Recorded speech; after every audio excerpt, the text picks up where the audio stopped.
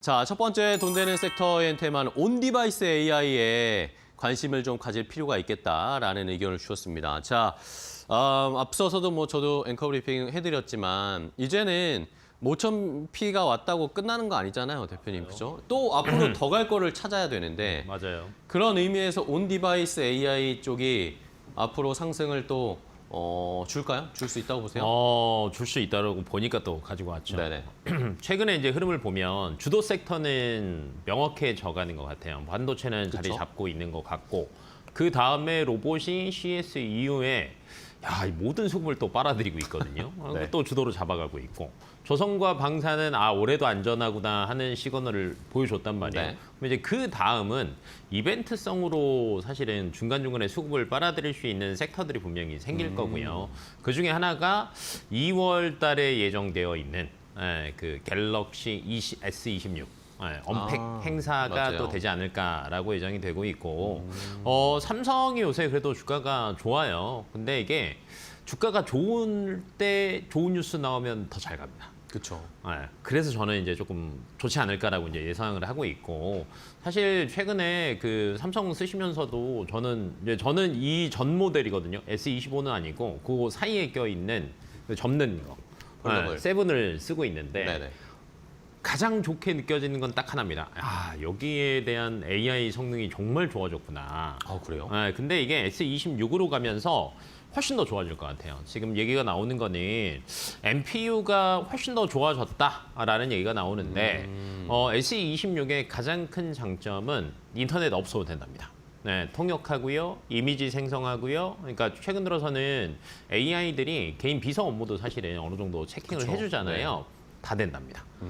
근데 이제 여기가 지연 시간 없이 처리된다는 게 굉장히 중요한데 NPU 성능이 좋아지다 보니까 지연 시간 없이 굉장히 빨리 처리가 된다라고 얘기를 하고 있고 그러다 보니까 최근에 램 용량도 S26에 많이 늘어날 것으로 예상이 되고 있어요. 이제 기존에는 8기가, 12기가 램이었는데 네. 16기가 램이 기본 탑재된답니다. 굉장히 빨라지는 거예요. 그러면 당연히 메모리 반도체 기업 입장에서는 또 당연히 수혜를 볼 수밖에 없고요.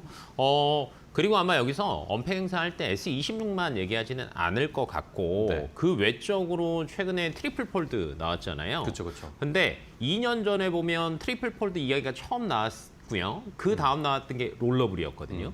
아마 이번에도 또 롤러블 얘기가 또 나오지 않을까라고 생각이 들어서 그러면 관련 부품주들은 조금 많이 움직일 수 있는 구간이라고 판단이 되고 있고 월말 월초 되면은 사실은 시장에서는 수급이 어느 쪽으로 가야 되지라는 고민을 굉장히 많이 할 거고요. 거기에 대한 방향성 1번이 실적 발표입니다. 그리고 실적이 괜찮은 기업들은 빠르게 움직여 갈 수 있는데 실적 발표하고 나면 사실은 주가는 또 조정 상태 빠지니까. 들어갈 수도 있어요. 그러면 이 시기 때 그다음에 뭐 있지? 명절 지나고 뭐 있지? 뭐 이런 것들을 찾을 수밖에 없는데 아마 딱 지금 그 기회가 딱 온디바이스 AI이지 않나라고 개인적으로 보고 있습니다. 네. 자, 어쨌든 연초에 CES도 끝이 났고 네. 이제 JP 모건 헬스케어 컨퍼런스도 끝이 났고 빅 이벤트들은 좀 지나갔어요. 그런 다음에 지금 1월 말쯤에 지수에서 이벤트가 쾅 터져 버렸고 5,000 포인트. 그러면 이제 이 다음에 이벤트들을 볼 때 말씀해 주신 그런 언팩 행사, 갤럭시 언팩 행사에서 수혜를 좀 볼 종목을 찾아보는 건데 그럼 종목은 뭘 볼까요? 온디바이스 AI 쪽에서. 사실은 이제 종목은 굉장히 많이 있고요. 네네. 기존에 이제 온 디바이스 AI라고 하면 가장 이야기 많이 들어보셨던 게 가온칩스, 네. 오픈 엣지 테크놀로지. 그다음에 뭐 기판 관련돼서 최근 들어서 삼성 전기 같은 경우에도 좋은 얘기들 굉장히 많이 나오고 있잖아요. 네네. 그래서 이런 친구들이 조금 주가 상승적인 측면에서는 조금 도움을 받을 수 있을 것으로 예상이 되고 있고 그래도 그나마 빠르게 움직일 수 있는 거는 가온칩스랑 오픈 엣지 테크놀로지가 네네. 기존에 온 디바이스 AI 할 때도 사실은 대장주의 역할을 조금 해줬어요. 왜 그러냐면 NPU가 결론은 최근 들어서는 굉장히 시장에서 화두로 많이 떠오르고 있는데 NPU가 강화가 되면 될수록 사실은 가온칩스 같은 경우는 설계 물량 늘어날 수밖에 없는 구간이고요.